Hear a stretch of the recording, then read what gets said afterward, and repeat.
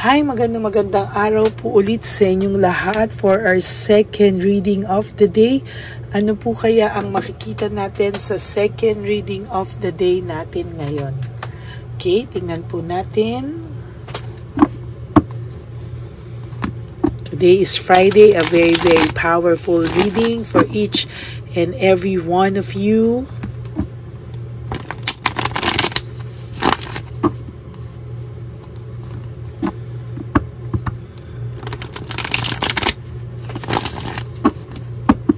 Yan.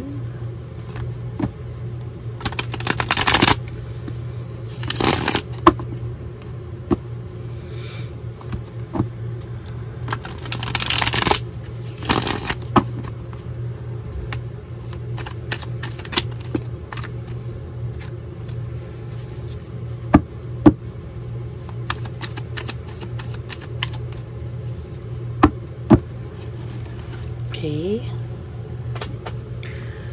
1, 2, 3, 4, 5, 6, 7, 8, 9, and 10.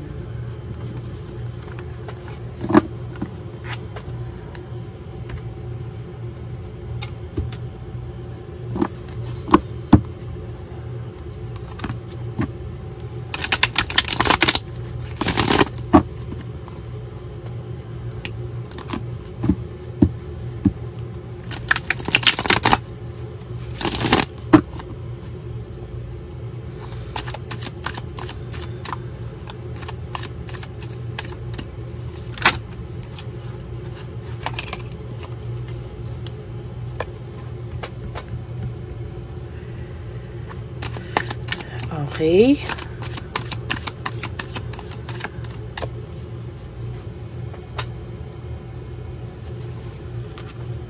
Pili po tayo ng 10. 1, 2, 3, 4, 5, 6, 7, 8, 9, and 10.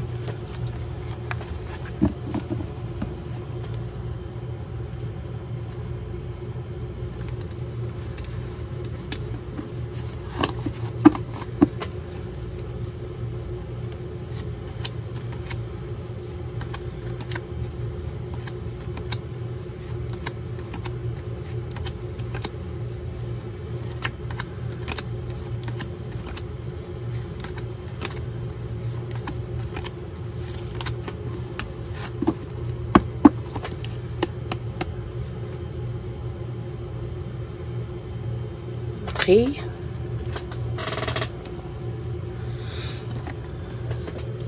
Avoiding conflicts, no? So nakikita ko po dito ay meron pong matinding conflict na nangyayari, no?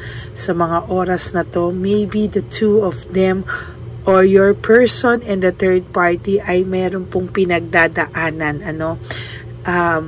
Meron silang hindi pagkakaunawaan, and meron din po itong sa nakikita ko ay meron po silang hindi pagkakaunawaan as of this very moment, no? Nakikita ko po na meron nangyayari sa kanilang hindi maganda. Oh my God, sabi avoiding conflict, ina-avoid nila yung conflict lang para maipakita sa tao, pero ayan po talaga sinagot kayo na hindi nila kayang i-avoid sa mga tao, no? Talagang there is conflict, rivalry, and competition, ano?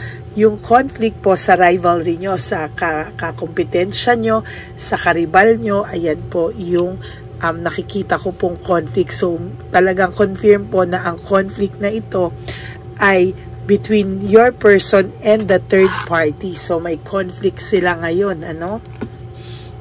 Saglit lang po, ha?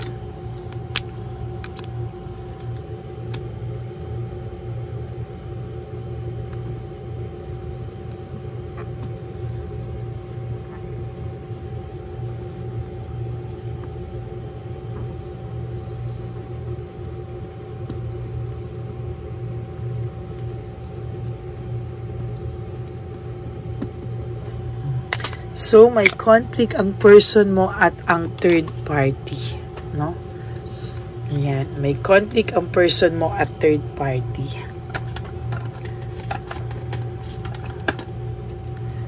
Ayan, okay? So, there is this rebellion. May isa po sa kanilang may rebellion. Maybe hindi po kinakaya yung ugali nila. Maybe hindi din po kinakaya kung ano man po yung kanilang kung ano man po yung kanilang ano dito, no, kung ano po yung kanilang nangyayari dito, hindi po talaga nila kinakaya or kinaya ng isang person, no, maybe your person o the third party, hindi kinaya po yung nakitang ugali or red flag dito sa taong ito, no. Your person now is finding peace, no? Naghahanap po siya ng peace of mind, naghahanap po siya ng katahimikan sa buhay niya as of this very moment. Talaga po siya ay hirap na hirap at hindi niya po alam kung ano po ang gagawin niya, no? There is this, kanina pa itong false success and living beyond means, no? Sa nakikita ko po dito, naghahanap po siya ng peace of mind kasi panay po sila false success, no? Wala po yung talagang galing sa puso na peace of mind, yung galing sa puso na yung totoong saya, deep happiness, deeper meaning, wala po talaga silang ganon. Sa nakikita ko, nahihirapan po sila talaga. There is this dissatisfaction and lack of inner joy. Talagang dissatisfied po siya sa nararamdaman niya ngayon. Ano? Wala po siyang nararamdamang satisfaction kung nasan man po siya ngayon. No? Malungkot po yung person na ito, and as a matter of fact, hindi niya po alam kung paano susolusyonan yung mga bagay-bagay sa ngayon. Ano? Nung iniwanan ka po niya, leaving home, moving forward, hindi niya po talaga inisip yung pwedeng maging consequences nito, kung ano daw po yung mga gagawin pa nila, no? Talaga ngayon po nakikita ko po na hirap po ang person na ito, and so far talagang hindi po niya kakayanin, ano?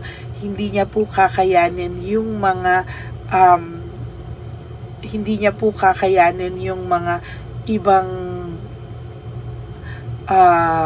consequences na pwede niya pa pong makuha, no?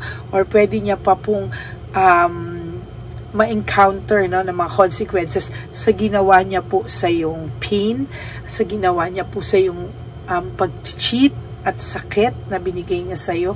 Sa lahat ng sakit na binigay niya po sa iyo, may consequences po yan, to be honest with you. Nakakaramdam pa po siya ng fatigue and exhausted po siya. Lagi ko po itong nabubunot recently. Itong fatigue and over fatigue and exhausted, lagi ko po siyang nabubunot. Very, very recent, lagi po siyang merong ganyan, ano, ganyang pakiramdam, ano. As a matter of fact, talaga po sa nakikita ko po sa taong ito ay malungkot po siya, no? Meron siyang nararamdaman na parang exhausted siya sa buhay na meron siya ngayon, no? Out of touch, trickery, sa totoo lang po sa nakikita ko dito ay meron po akong nakikitang mali, no? Meron po akong nakikitang mali dito na hindi po kayo nag-uusap, pero hindi ka po nawawala sa isipan nito, no? As a matter of fact, kung bakit ka po minsan nakakaramdam ng emptiness, bakit ka po nakakaramdam ng emotional loss, it is because of pagod, no? Pagod na pagod siya, and somehow hindi niya po kinakaya, no? Parang ang feeling niya is wala siyang katahimikan, wala siyang peace of mind, gulong-gulo po siya, no? There is doubts, difficulties, and lack of satisfaction. Dissatisfaction, lack of satisfaction, there is these difficulties, there is doubts. Ano pa po, no? Ano pa po ang kailangan mo para mapatunayan mo talaga na ang person mo ay hindi masaya, no?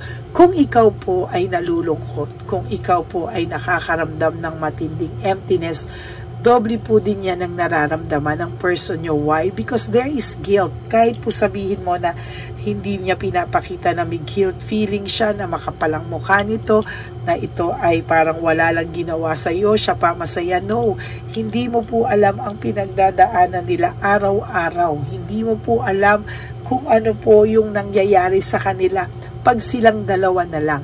Ang nakikita mo lang po ay kung nag-i-stalk ka man sa kanilang social media ay panay false success. Dalawa po yan. Kanina nakita ko yung false success. Lumabas na naman po yung false success dito. At ayan, no? Yung false success natin, living beyond means. Ang nakikita mo lang po is yung gusto nilang ipakita. Pero yung katotohanan beyond that, hindi mo po nakikita. No? There is this selfishness, jealousy, and insecurity. Sa nakikita ko po dito, no, malungkot po ang person nyo. Hindi po niya alam kung ano po ang kanyang gagawin. Sa totoo lang po.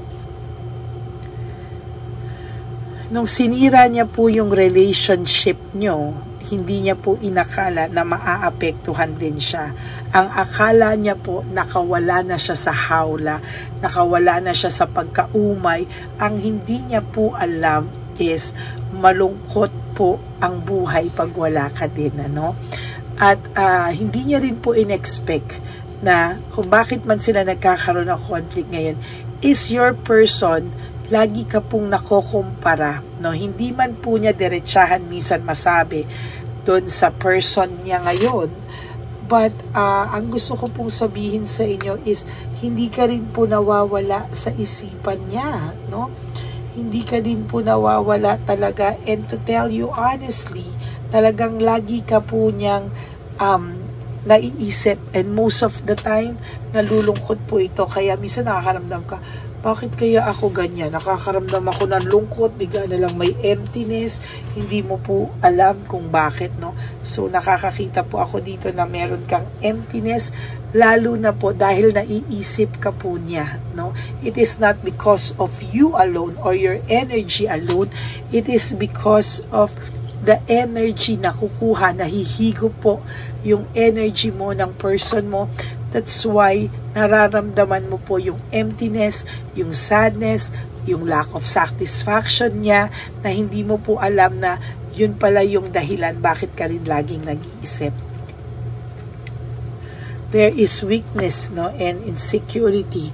May insecure po talaga sa'yo, no, kasi nararamdaman po na hindi pa po talaga over sa'yo, no. Kung minsan po, the more na bitter yung tao, the more po talaga na grabe yung kanyang pagtatago, no? Grabe yung, kasi sa totoo lang po, ang taong walang pakialam, he will not, or she or he will not say bad things to you, hindi kanya sisiraan, or hindi kanya dedetmahin, you know, yung taong okay na, wants peace with you, wants a friendship with you, ganyan, no? Pero yung minsan po yung iba, talagang mas bitter, mas alam mong hindi pa siya okay, no? Very unstable po ang samahan na meron sila, no? The lovers in reverse, no? In reverse ko po siya nabunot, meaning the love is not there, the affection is not, the love is unstable, no? Not there naman, no? Hindi walang-wala, no? But very unstable, no?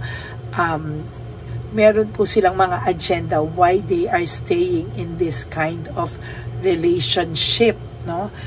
Yan po ang nakikita ko, no? There is this greediness, no? May pagka-greedy po ang person na to, and somehow mahirap po itong matake, no, yung kanyang ugali, no? Minsan masakit siya magsalita, masakit lahat, and yun po minsan yung napakahirap i-take, no?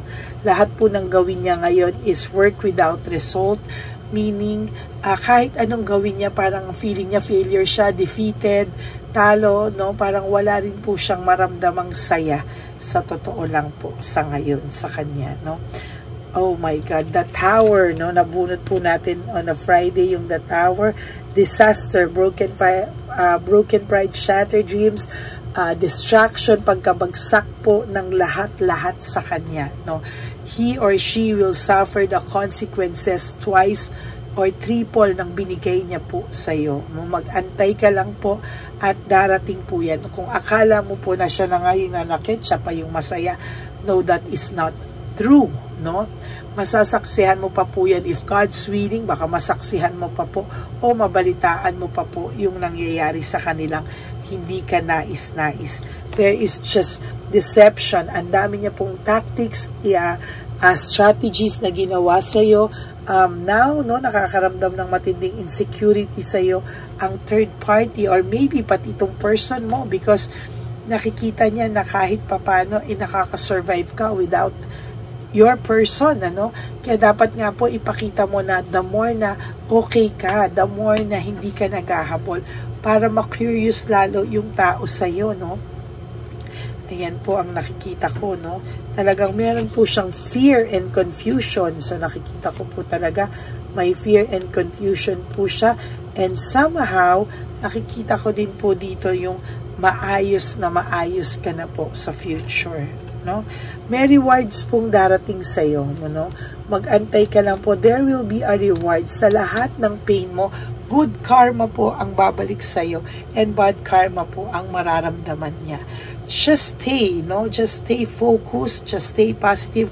Huwag ka pong mag-wish ng masama sa kanya because kahit hindi mo po yan i-wish, babalik at babalik po sa kanya yan sa tamang panahon, sa tamang oras. Okay?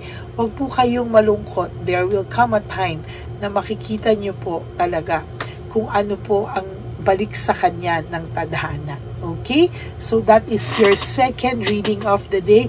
I do hope na naka-resonate po kayo, and if you do, can you please give me a like and comment down below. Sana po yung lahat naman po ng manonood, paki-like nyo naman po yung ating video. Yan, huwag nyo naman po sanang kalimutan i-like. Tulong nyo na po yan sa ating channel, and also no skipping of ads, tulong nyo na po din yan sa ating channel. And for those of you who would like to give me a super thanks for this video, I would really love and appreciate that from the bottom of my heart. Lalo na po, nagre-ready na po tayo sa One Love a Day Christmas Edition. Ayan. Yan naman po ang ating susunod na gagawin, yung Christmas edition na po para po sa ating mga elderly, no? Magbibigay po ulit tayo ng loot bags and ampaw sa ating mga lolo and lola sa daan. Yan. And for those of you po who would like to have a private reading with me, you can message me po at Lady Lee Elena. That's L-A-D-Y-L-Y Elena. Nasa dulo po yan ng ating video. Diyan nyo lang po ako makokontak. That's my only legit FB account and official FB and Messenger account. Yan, aantayin ko po yung mga messages nyo. Okay? And sa aking mga ever loyal and solid Lady Elena friends, family and subscribers, I love you all from the bottom of my heart. Mahal ko po ang aking mga subscribers. Kaya maraming salamat po sa inyong lahat. At ang aking pong payo sa inyo mga kapatid is to live one day at a time, no? Huwag nyo muna po isipin yung mga darating na panahon sa inyo, yung anniversary nyo, Pasko, birthday, New Year, Valentine's Day. Just live for today, no? Do 3 things that will make you happy for today, and you sleep later na iniisip nyo lang po ay yung sarili nyo at kung ano ang makakapagpasaya sa inyo. Pilitin nyo pong tanggalin, iwaglit sa isipan nyo kahit sa araw na ito yung person nyo po, no? And also, life is too short mga kapatid. Life is too short. Don't make it shorter by stressing yourself from all the pains and the heartaches na binigay sa inyo ng kahapon. Just surrender everything to the divine universe and just let go and let God write your life and love story. I will be back for another set of reading. Huwag po kayong mawawala. Andito lang po ako. Antayin niyo lang po ang ating third and final, no? Ayan, nagta-third and final na po ako ulit because tapos na po yung ating One Love a Day, no? My birthday edition na in advance ko lang po, no? Para po sa mga bumabati sa akin, hindi ko pa po birthday. Ayan, ano? Sa October pa po ang aking birthday, and yes, I am a Libra, no? So, ayan po, no? Maraming salamat po. And I do hope na napapanood nyo po lahat yung first, second, and third reading of the day bago po kayo tumalon dito sa ating sa ating second reading of the day, meron din po tayong first reading kanina, and also a very, very powerful reading, no? Kanina na magkakalabasan din sila ng baho at hindi po talaga nila yun maitatago, no? Okay, so that's it for our second reading of the day. Babalik po ako at sana po ay huwag kayong malulungkot. Okay, God bless you everyone, and I love you from the bottom of my heart. Bye!